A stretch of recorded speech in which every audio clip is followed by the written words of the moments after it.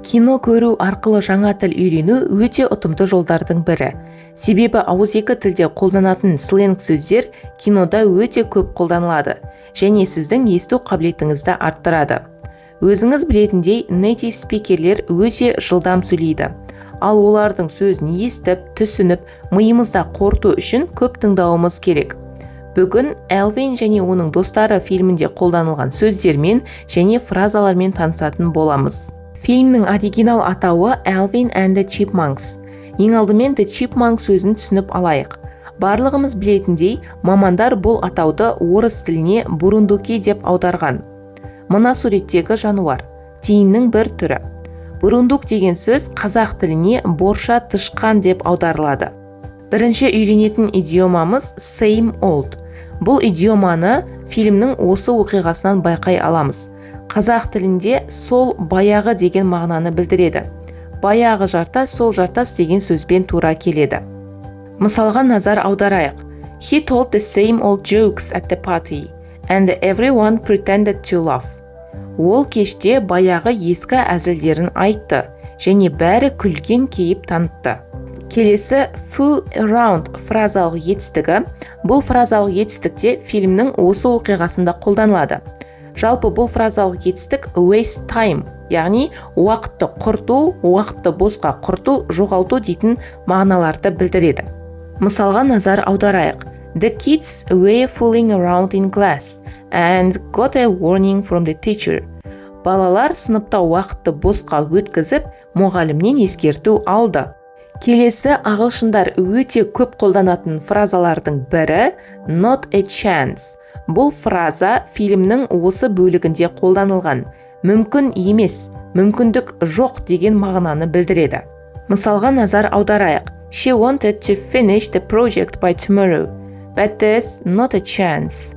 Ол жобаны ертеңге дейін бітіргісі келді, бірақ ол мүмкін емес.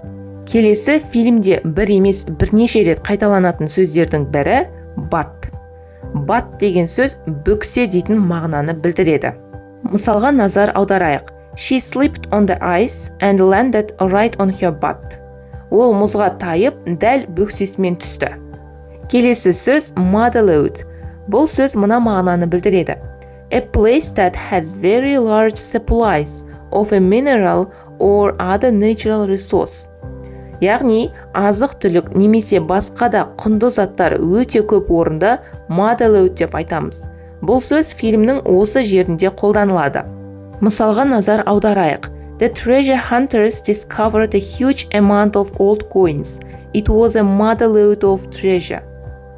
Қазына іздеушілер ескі монеталардың көп мөлшерін тапты, бұл асыл қазына болды.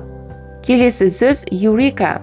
Бұл сөздің қазақ тілінде дәл аудармасы жоқ, бірақ қалаған нәрсе орындалған кезде қолданылатын сөз қазақ тіліндегі алақай деген сөзбен сәйкес келеді.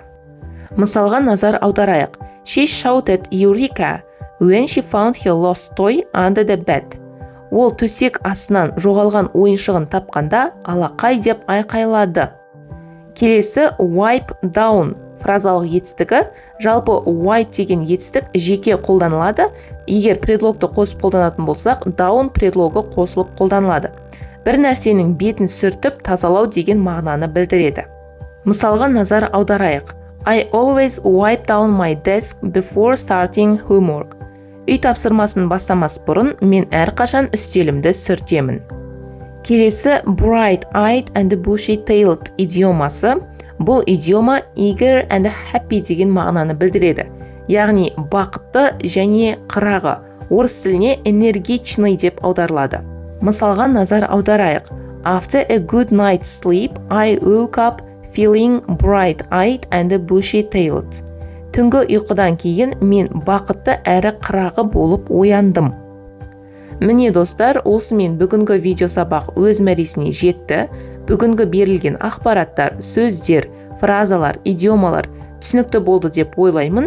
Егер түсінбеген ақпараттарыңыз болса, комментарий бөліміне жазып кетсеңіздер болады.